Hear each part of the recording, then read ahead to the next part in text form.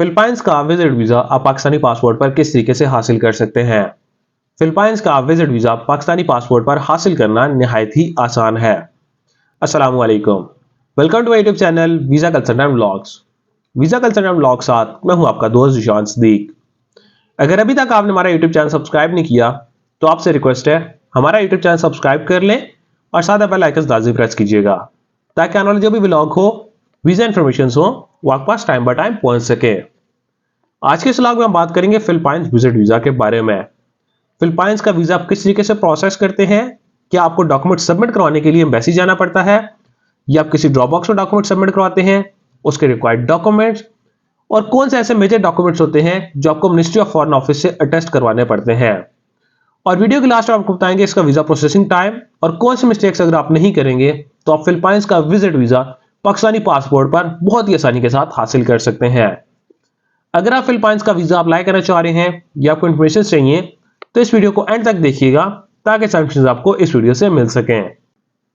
First of all हम बात करते हैं फिलीपींस का वीजा अप्लाई करने के लिए आप डॉक्यूमेंट्स कहां पर सबमिट करवाते हैं। ऐसा कोई ऑथराइज्ड ड्रॉप बॉक्स है, कोई ऑफिस है या आपको डायरेक्ट एम्बेसी जाना पड़ता है या आप कॉन्सुलेट में डॉक्यूमेंट सबमिट करवाते हैं। फिलीपींस का वीजा अप्लाई करने के लिए आपको डायरेक्ट एम्बेसी जाना पड़ता है। इस्लामाबाद, रावलपिंडी जो इस साइड के एरिया हैं वो अपने डॉक्यूमेंट्स इस्लामाबाद एम्बेसी में डॉक्यूमेंट सबमिट करवाते हैं। लाहौर के जो एरियाज हैं वो लाहौर कॉन्सुलेट में अपने डॉक्यूमेंट सबमिट करवाते हैं।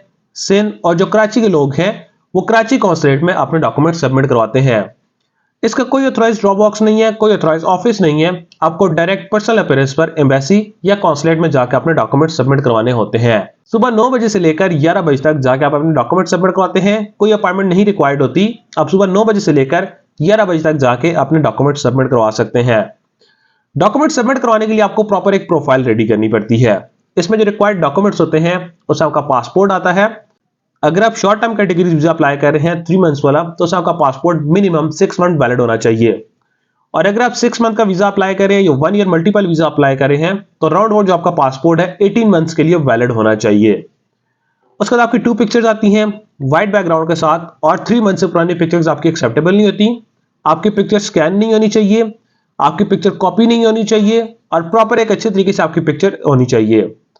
उसके बाद आपकी पासपोर्ट कॉपीज आ जाती हैं, आपकी एफआरसी, आपका आईडी कार्ड और देन उसके बाद आपके टैक्स रिटर्न्स आ जाते हैं। और उसके बाद आप कहते हैं सोर्स ऑफ इनकम। अगर आप एम्प्लॉय हैं तो एम्प्लॉयमेंट लेटर, एनओसी लेटर और लास्ट मंथ की सैलरी स्लिप चाहिए होती है। और अगर आप गवर्नमेंट एम्प्लॉय हैं तो गवर्नमेंट एम्प्लॉय के लिए गवर्नमेंट एनओसी लेटर चाहिए होता है, एक्स पाकिस्तान लीव लेटर जिसको कहा जाता है, लास्ट मंथ की सैलरी स्लिप्स और गवर्नमेंट एम्प्लॉय कार्ड की कॉपी चाहिए होती है। और उसके बाद अगर आप स्टडी कर रहे हैं तो आपको लीव एप्लीकेशन लेटर चाहिए होता है। कॉलेज, यूनिवर्सिटी है जहां पर आप स्टडी कर रहे होते हैं तो आपको लीव एप्लीकेशन लेटर चाहिए होता है। आपका जो स्टूडेंट कार्ड होता है वो आप साथ में अटैच करते हैं। और इसके बाद अगर आता है आप बिजनेस कर रहे हैं तो आपका business letter at sign stamp के साथ, business visiting card, business FIR NTN, tax returns, chamber of commerce का सर्टिफिकेट चाहिए होता है और लास्ट 6 मंथ की बिजनेस की बैंक स्टेटमेंट चाहिए होती है। अगर आपकी बिजनेस की बैंक स्टेटमेंट नहीं है, आप पर्सनल स्टेटमेंट यूटिलाइज कर रहे हैं तो आप proper visa cover letter mention करते हैं। आपकी जो पर्सनल स्टेटमेंट है आप उस वजह बिजनेस के लिए रन कर रहे हैं तो अब आपकी स्टेटमेंट एक्सेप्टेबल होती है। और जहां तक बात रही closing balance round about minimum 10 lakh आपके अकाउंट में बैलेंस होना चाहिए और प्रॉपर आपकी स्टेटमेंट मेंटेन होनी चाहिए। तो ये सारे डॉक्यूमेंट्स चाहिए होते हैं। और अब हम बात करते हैं कौन से डॉक्यूमेंट्स आपको मिनिस्ट्री ऑफ फॉरेन ऑफिस से अटैच करवाने पड़ते हैं। उसमें आपका एफआरसी आ जाता है, आपका पुलिस क्लियरेंस सर्टिफिकेट और अगर आप एम्प्लॉय हैं तो एम्प्लॉयमेंट लेटर, जो आपका एनओसी लेटर होता है वो आपको अटैच करवाना पड़ता है। अगर आप स्टूडेंट हैं तो स्टूडेंट के लिए आपको लीव एप्लीकेशन जो लेटर आपको स्कूल यूनिवर्सिटी से मिला हुआ होता है वो आपको अटैच करवाना पड़ता है। और अगर आप बिजनेसमैन हैं तो आपको बिजनेसमैन का जो आपका चैम्बर ऑफ कॉमर्स का सर्टिफिकेट होता है, जो आपकी रजिस्ट्रेशन होती हैं वो आपको वहां से अटैच करवानी पड़ती हैं। और जो आपकी बैंक स्टेटमेंट होती है, बैंक स्टेटमेंट प्रॉपर आपको वहां से अटैच करवानी पड़ती है। तो ये सारे डॉक्यूमेंट्स आपको अटैच करवा के साथ में लेकर जाने होते हैं। अगर ये डॉक्यूमेंट्स आप अटैच करवा के नहीं लेकर जाते तो आपकी फाइल सबमिट ही नहीं होती। प्रॉपर जो एम्बेसी के रूल्स एंड रेगुलेशंस हैं उसमें डॉक्यूमेंट्स आपको अटैच करवाने पड़ते हैं मिनिस्ट्री ऑफ फॉरेन ऑफिस से। उसके बाद आपके ट्रैवल के डॉक्यूमेंट्स आते हैं, आपका वीजा फॉर्म है, आपकी ticket itinerary, hotel booking, travel health insurance covid plus, आपका covid vaccination card, visa cover letter, proper आपको एक वीजा कवर लेटर रेडी करना पड़ता है। अगर आप एम्प्लॉय हैं, स्टूडेंट हैं या आप रिटायर्ड हैं तो आपको जो वीजा कवर लेटर है व्हाइट पेज के ऊपर प्रिंट किया जाता है। अगर आप बिजनेसमैन है तो आपका वीजा कवर लेटर प्रॉपर आपके लेटर हेड के ऊपर प्रिंट किया जाता है, उसके ऊपर आपकी स्टैंप लगाई जाती है और आपके सिग्नेचर भी किए जाते हैं। और इसके बाद अगर आप ट्रैवल प्लान लगाना चाह रहे हैं तो आप ट्रैवल प्लान भी लगा सकते हैं। तो ये सारी प्रोफाइल बना के आप एम्बेसी में जाकर अपने डॉक्यूमेंट सबमिट करवाते हैं। डॉक्यूमेंट सबमिट होते टाइम सम टाइम आपसे इंटरव्यू होता है, लेकिन इंटरव्यू इसमें कोई इतना मुश्किल नहीं होता। इंटरव्यू वही रेलेवेंट जो डॉक्यूमेंट्स होते हैं, आपकी जो प्रोफाइल होती है उसी से रेलेवेंट आपसे क्वेश्चन किए जाते हैं। क्या फिलीपाइंस क्यों जाना चाह रहे हैं, आपके ड्यूरेशन ऑफ स्टे, आपके होटल का नेम, अगर कोई ट्रैवल हिस्ट्री है तो उससे रेलेवेंट आपसे क्वेश्चन किए जाते हैं। और अगर आपका फ्रेश पासपोर्ट है तो तब आप वीजा अप्लाई कर सकते हैं। जो आपकी प्रोफाइल होती है उससे रेलेवेंट ही आपके क्वेश्चंस होते हैं। और देन उसके बाद आती है एम्बेसी की फीस। एम्बेसी की जो फीस है, जो 3 मंथ्स का वैलिड वीजा होता है, उसकी जो फीस है 12,000 पाकिस्तानी फीस है और $40 उसको कॉस्ट किया जाता है। और अगर आप 6 मंथ का मल्टीपल एंट्री वीजा अप्लाई कर रहे हैं, उसकी जो कॉस्ट है 24,000 कॉस्ट और $80 उसकी कॉस्ट होती है। और अगर आप 1 year multiple entries visa apply कर रहे हैं, 1 ईयर का जो वीजा होता है उसमें आपकी 36,000 पाकिस्तानी कॉस्ट होती है और $120 की कॉस्ट होती है। आपको फीस पेड करनी पड़ती है। फीस पेड होने के बाद इसका प्रोसेसिंग टाइम स्टार्ट हो जाता है। फिलीपाइंस का जो वीजा प्रोसेसिंग टाइम है 9 वर्किंग डेज इसका प्रोसेसिंग टाइम है। लेकिन इसमें जो अपनी ट्रैवलिंग डेट है राउंड अबाउट 3 वीक्स बाद की अपनी ट्रैवलिंग डेट उसमें ऐड करें। आपको एक एक्सपेक्टेड डेट देनी पड़ती है कि हम इस डेट में ट्रैवल करेंगे, लेकिन आप जिस दिन डॉक्यूमेंट सबमिट करवा रहे हैं उसके 3 वीक्स बाद की आप अपनी ट्रैवलिंग डेट उसमें ऐड करें। और इसके बाद आपका जब डिसीजन होता है तो आप पासपोर्ट कलेक्शन के लिए जाते हैं। पासपोर्ट कलेक्शन का जो टाइम है 1 बजे से लेकर 3 बजे तक आप पासपोर्ट की कलेक्शन वहां पर जाके कर सकते हैं। प्रॉपर आपको वहां से ईमेल आती है, कॉल आती है कि आपका पासपोर्ट रेडी हो गया है, डिसीजन हो गया है, आप पासपोर्ट पिक कर सकते हैं। 1 बजे से लेकर 3 बजे तक आप वहां पर जाकर अपने डॉक्यूमेंट्स कलेक्ट कर सकते हैं।